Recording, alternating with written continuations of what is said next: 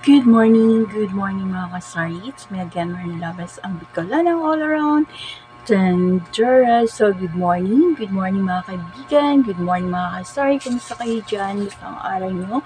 Today is Tuesday, September 12. Merry Christmas and Happy New Year and advance. So, today, as usual routine, dito tayo sa tindahan. So, ayan, nakapasok na yung lahat ng estudyante kasi mag-8 na. So, ayan, 8:21 ang bilis ng oras. Ayan, start ng klase nila. So, bago natin simulan naman yung pagiging all-around teacher natin, ayos-ayos ng ating mga paninda. So, ayan, ang kalat ng aking table. So, ganyan pag nagmamadali pag umaga. So, mga kasari, minsan ba ay naubusan kayo ng bills na 20 pesos or 20 pesos? So, yung karamihan na ng binibili ng mga bata is yung plata, yung bagong 20 bilog ngayon.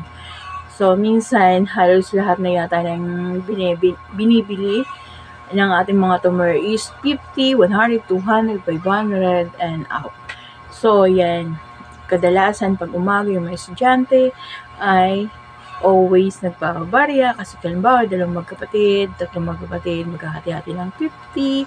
And then, ngayon, kailangan hindi tayo naubusan ng barya sa ating tindahan kasi wala tayong mga baryan. Meron naman pero madistansya pa. So, mag-waste pa tayo ng oras para pumunta sa meron naman dyan sa may labasan yung tindahan ng pinsan ko, kaya lang.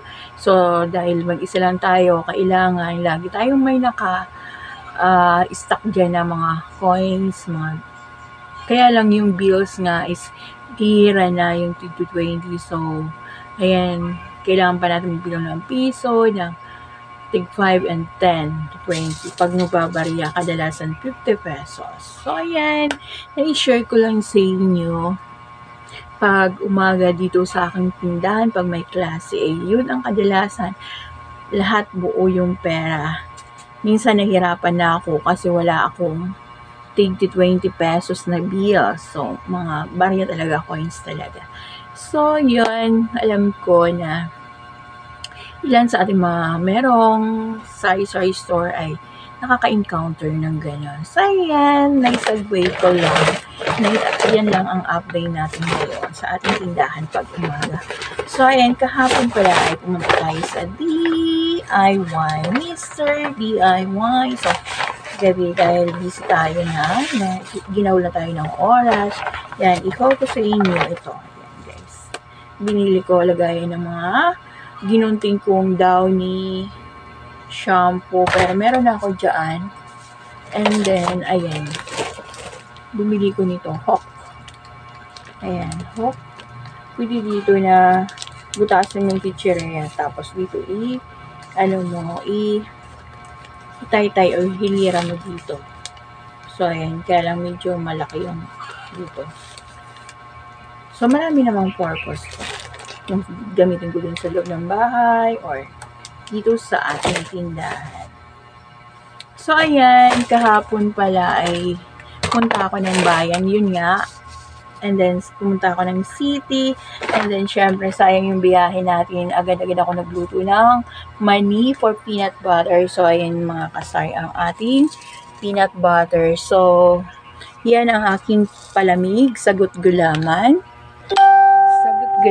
And then, thanks God at may buhay na mano na.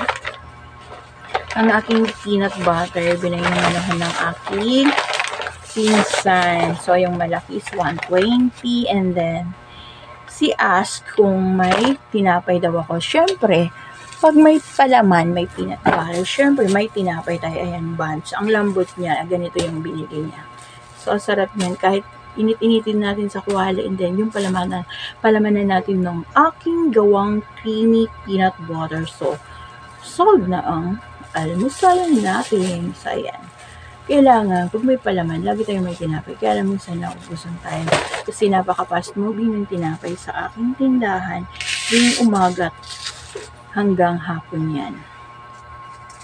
So, nagpadala naman ako ng pambili sa pamangkin ko. Kasi yun nga, sayang din, diba? Paglabasan nila ng klase ay nagpapabili na ako kung anong kailangan bilhin dito sa tindahan. Pinadadala ko na sa kanila yung pera and then i-chat ko na lang kasi minsan gaya kanina mga nagmamadali. So, inabot ko lang yung pera and then, so, i-chat ko na lang kung anong pabibili ko. So, ayan ang mga ganap-ganap ko tuwing umaga and then babangon ng 4 and magre-ready ng breakfast. So, kagabi isang lakas ng ulan. Sobrang lakas ng ulan. May kasamang kulog at kidlat. So, yan. Yan ang ating mga update sa ating tindahan tuwing umaga. So, maya-maya, wait na naman natin ang recess time. So, yun muna mga kasari. So, habang hindi pa recess, isa-is muna tayo dito sa ating tindahan. At medyo makalat yan nga. Yan. Siyempre, ang unahin natin muna yung mga bumibili. Kasi pag nakalambas yan, sayang din, diba? So, hayaan na muna natin yung mga kalat-kalat sa ating tindahan. So, saka ngayon, wala, tahimik na. Hintay na naman tayo ng 9:30 for recess. So, titingnan ko muna sa bahay, and then ayos-ayos dito sa loob ng tindahan, then ipunin ko yung mga labahan. So, alam niyo naman ang all around tindera. So, kailangan huwag tayong magsasayang ng oras kung kaya ng ating katawan, go lang. So, ayan muna guys, babalikan ko kayo maya-mayang recess time. So, bye-bye! As of now, bye!